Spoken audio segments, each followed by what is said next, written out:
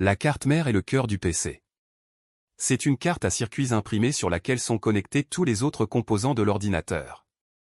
Elle contient le BIOS ou l'UEFI pour les ordinateurs plus récents, un logiciel qui reconnaît et gère tous les composants de l'ordinateur. C'est lui qui lance le système lorsqu'on allume l'ordinateur. C'est un peu le cœur de l'ordinateur.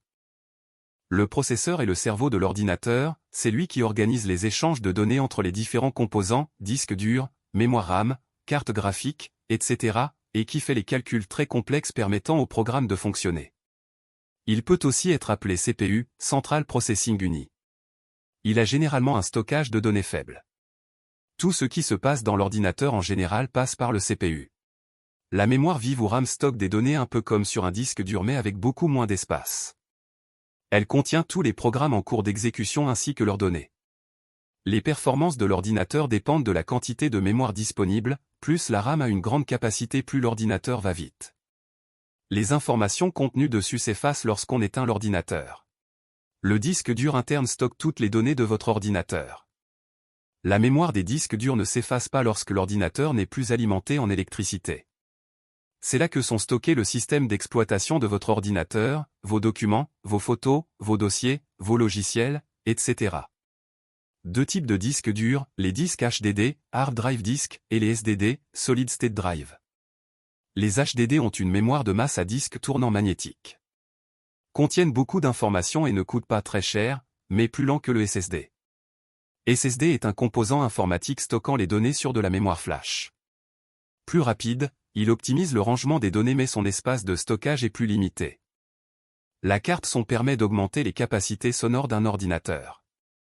Beaucoup de cartes mères intègrent aujourd'hui une carte son, mais il est possible d'en rajouter une pour de meilleures performances sonores, on parlera alors de carte d'extension.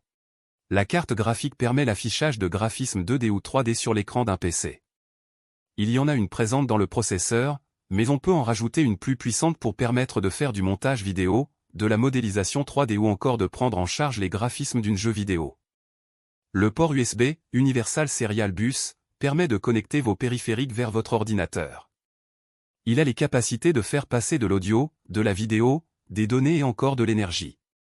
Lorsque l'on branche un périphérique USB, l'ordinateur le détecte grâce à une tension constante entre des LED+. Un écran d'ordinateur, également appelé moniteur, est un périphérique de sortie vidéo d'ordinateur. Il affiche les images générées par la carte graphique de l'ordinateur, à laquelle il est relié par des connecteurs et câbles. La définition est souvent présentée en pixels ou points. Par exemple, un écran d'ordinateur Full HD affiche une définition de 1920 pixels en largeur et 1080 pixels en hauteur. Plusieurs types d'écrans d'ordinateur existent, l'écran LCD, l'écran plasma, l'écran LED et les écrans au point LED et Q.LED. Une souris est un dispositif de pointage pour ordinateur. Elle est composée d'un petit boîtier fait pour tenir sous la main, sur lequel se trouvent un ou plusieurs boutons, et une molette. La souris a été inventée en 1963 par Douglas Engelbart et présentée au public en 1968. Sur un PC portable, la souris est remplacée par le pavé tactile qui est un périphérique de pointage doté d'une surface sensible au toucher et situé sur le repose-poignet. Le clavier d'ordinateur est un périphérique d'entrée indissociable de l'ordinateur. Il en existe de formes variées combinant les touches en fonction des langues, des compatibilités avec des systèmes différents. La configuration de la plupart des claviers informatiques et bureautiques européens 105 touches est régie par la norme ISO 9000-1995.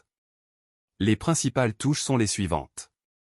Les lettres, les chiffres, les caractères spéciaux, les signes de ponctuation, les flèches directionnelles, les touches de fonction, la barre d'espace, les touches de contrôle et le bouton démarrer ou Windows. À chaque pression d'une touche du clavier, un signal spécifique est transmis à l'ordinateur. Merci d'avoir regardé cette vidéo. Abonne-toi pour être prévenu quand une nouvelle vidéo est en ligne et prends soin de toi.